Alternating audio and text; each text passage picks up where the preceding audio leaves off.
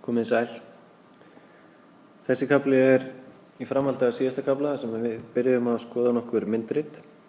Nú höldum við áfram og ætlum að líta á línurit, skífurit og punktarit sem við reyndar kynntumst aðeins í síðasta myndbandi.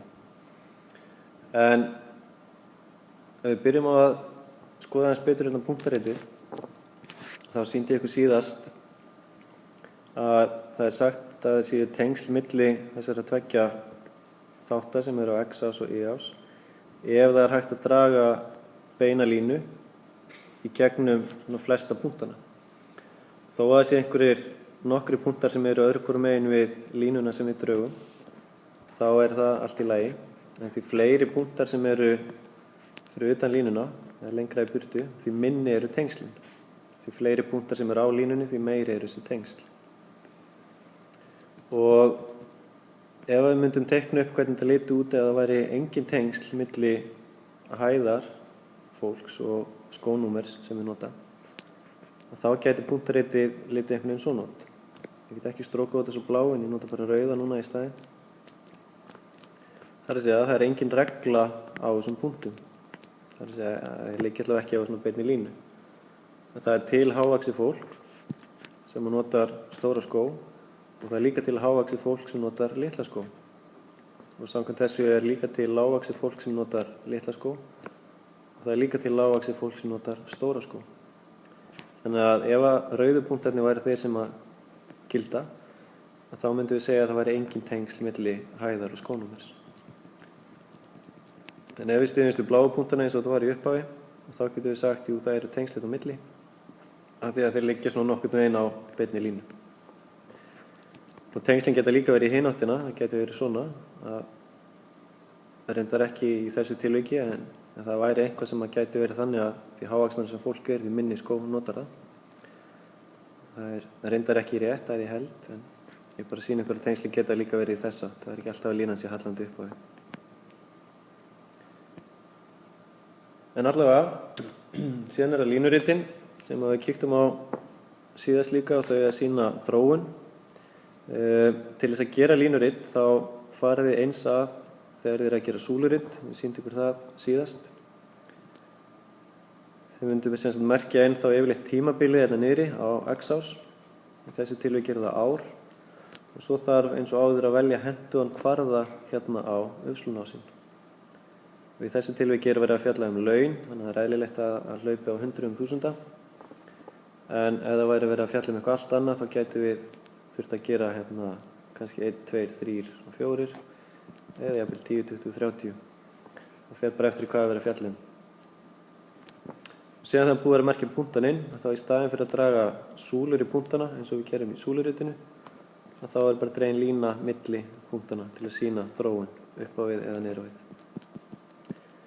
En ég held að þetta sé engar nýjar fréttir fyrir ykkur. Þannig að við skulum halda áfram. Kíkja hérna á skífuritin og í gegnum tíðina hef ég reikið mig á að nemendur virðast gleyma hvernig þau eru gerð, þannig að ég ætla aðeins að sýna ykkur það og rifja upp með ykkur. Skífurit eru sem sagt ein tegund af þessum myndritum sem við höfum verið að nefna og stundum hentar að nota skífurit frekar en eitthvað annað og þá þurfum við að hafa í huga að heill hringur er 360 gráður. Og það ætlum að notfæra okkur þegar við förum síðan að teikna upp einhvern hluta af hring, sem sagt þessu kökur eða sneiðar í skífuritinu. Við gætum verið með einhverja skiptingu, segjum bara að við höfum tekjur eða laun fólks og svo hefur við að sýna hvernig laununum er 1. Og það gæti kannski verið þannig að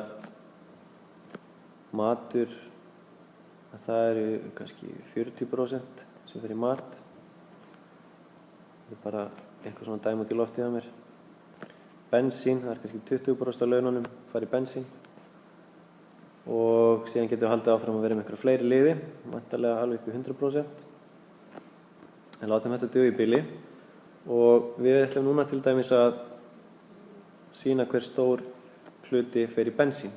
Og síðan myndum við halda áfram með hitt seinna mér. Þannig að það sem við þurfum að gera hérna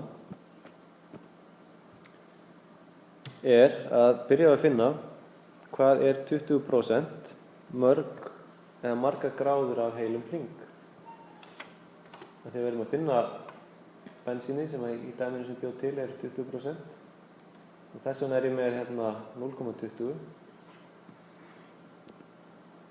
Ég sem sagt í rauninni áfram að nota prósentu þríhyrninginn sem þið eigið að kunna, hluti, heild og prósenta.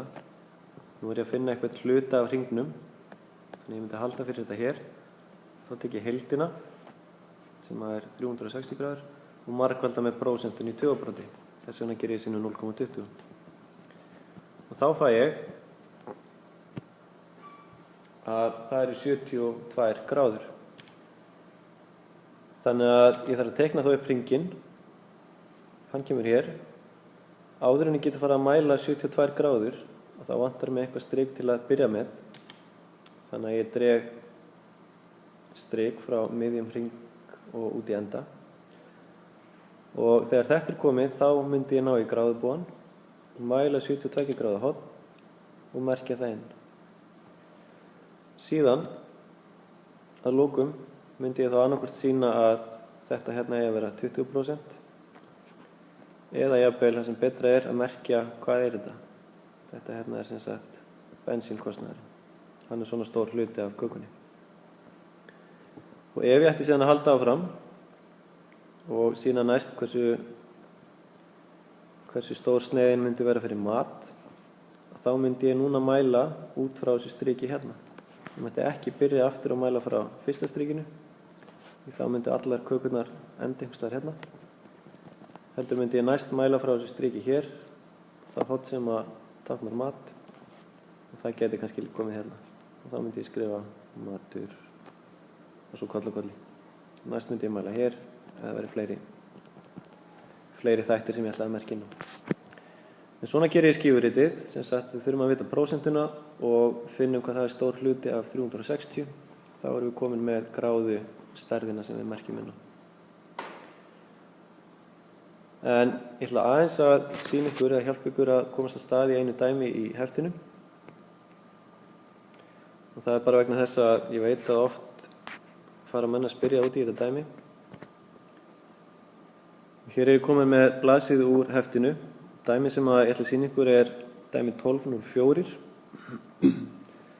Þar stendur einfaldlega búið til skífurit fyrir tekjur ríkissjóðs og setið skiptingu útgjalda fram í töflu. Og ástæðan fyrir að ég að sýna ykkur þetta svo að það ekki allir sem fatta, eða kannski kemur ekki nóg að skýrt fram í dæminu, að þegar stendur búið til skífurit fyrir tekjur ríkissjóðs, þá tekjurnar gefnar hérna í dæminu undan. Þannig að þið þurfum að breyta þessu öll í prósentur og setja fram í skífurit. Og seinni hlutin af sama dæmi, þá stendur setið skiptingu útgjalda fram í töflu. Hér erum við með útgjöldin. Þannig að þá þurfum við að vinna upp úr skífuritinu. Þið sjáum hér að heildarútgjöldin eru 553 milljarðar. Og þið þurfum að setja það fram í svona töflu líkt og gert hérna. En passið ykkur á að hérna eru útgjöldin, hérna eru tekjurnar. Þannig að það sem þið að gera að búa til skífurit fyrir tekjur og töflu fyrir útgjöld. Svo. Þannig að nú á öllum að vera ljóst hvað á að gera í þessu dæmi og þá held ég að þið eigið að geta leyst það upp á eigin spýtur í framhaldinu. En allavega, takk fyrir mig í bili.